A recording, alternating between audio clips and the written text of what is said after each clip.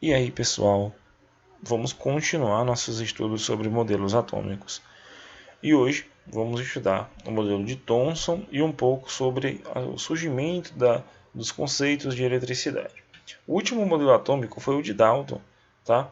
Que propôs aí o modelo bola de bilhar, que era um modelo parecido com uma bolinha como essa, que tinha a característica de ser maciço, indestrutível, indivisível, tá bom? E não tinha quaisquer outras partes. O átomo era representado apenas por essa bola volumétrica, tá bom? E essa era a ideia que o Dalton tinha, o modelo atômico que ele tinha com os experimentos que ele fez na época.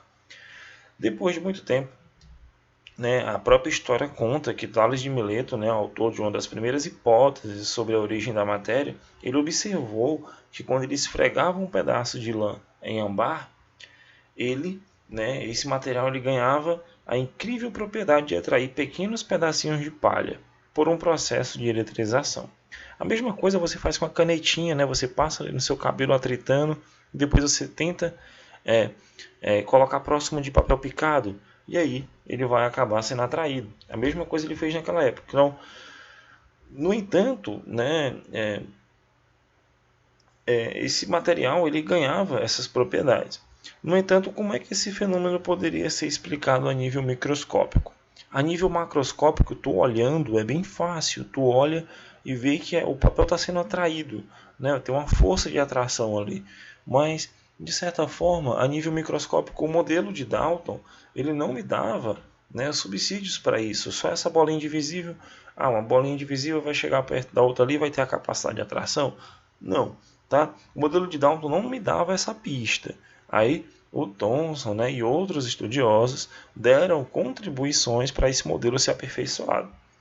Em 1891, o físico irlandês George Stones propôs o nome elétron como unidade representativa da eletricidade.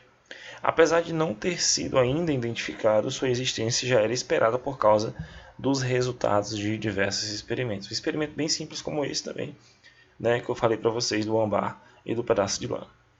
Usando a ampola de Crookes, que é esse instrumento aqui, galera, tá? Não fiquem com medo, é apenas um equipamento de vidro aqui, tá ok? Como se fosse um tubo.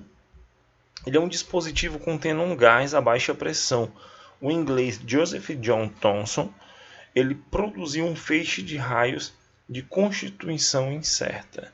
Ele produziu um feixe de raios aqui, ó, que ele não sabia o que era, né, a constituição desses raios.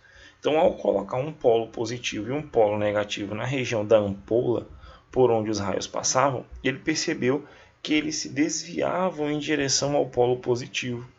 Vocês estão vendo aqui, ó, ele colocou esse raio, né, uma fonte aqui, uma fonte negativa, uma fonte positiva. Ele foi e lançou um raio aqui, ó, tá? Tem um polarizadorzinho aqui. Aí ele colocou uma chapa aqui que estava carregada negativamente e uma positiva, tá bom? E aí ele viu que quando esses raios passavam no meio dessas duas placas, tá?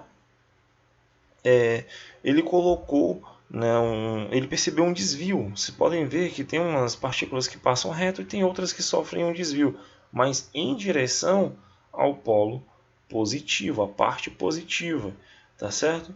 Então, com base em experimentos e várias observações, Thomson concluiu que os raios, chamados de raios catódicos, seriam formados por partículas negativas. Na física, a gente entende, tá? Que o positivo ele atrai, né? Ele é atraído aí pelo negativo, tá? Cargas opostas elas acabam se atraindo, tá bom? Uma atrai a outra, tá ok? Então existe uma atração entre essas duas cargas.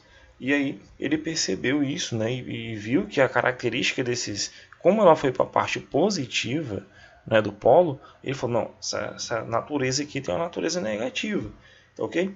Assim foi identificado o elétron, tá? E o átomo, antes considerado indivisível, era agora formado por partículas ainda menores.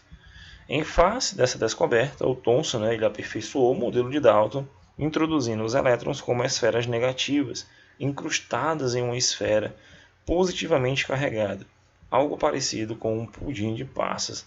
Normalmente, nos livros de química mais avançada, a gente vê que o Thomson não deu esse nome pudim de passas, tá, gente?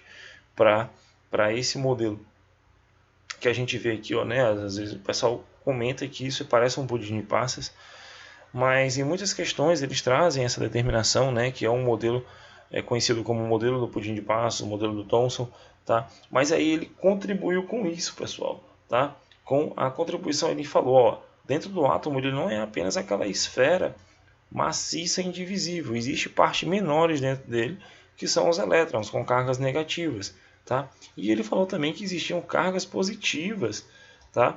Para poder equilibrar aí, ter uma certa forma de equilíbrio dentro do átomo, tá bom? Então, esse é o modelo atômico de Thomson, certo? O modelo Pudim de passas. E aí você tem que entender que o mais importante é a descoberta do elétron, a propriedade, né, o experimento que ele fez aqui com esse equipamento, tá? Para poder identificar essas partículas menores. Aqui atrás tu tinha uma chapa, né, que coletava esses desvios e produzia uma imagem, tá bom? Então, muita atenção, tá?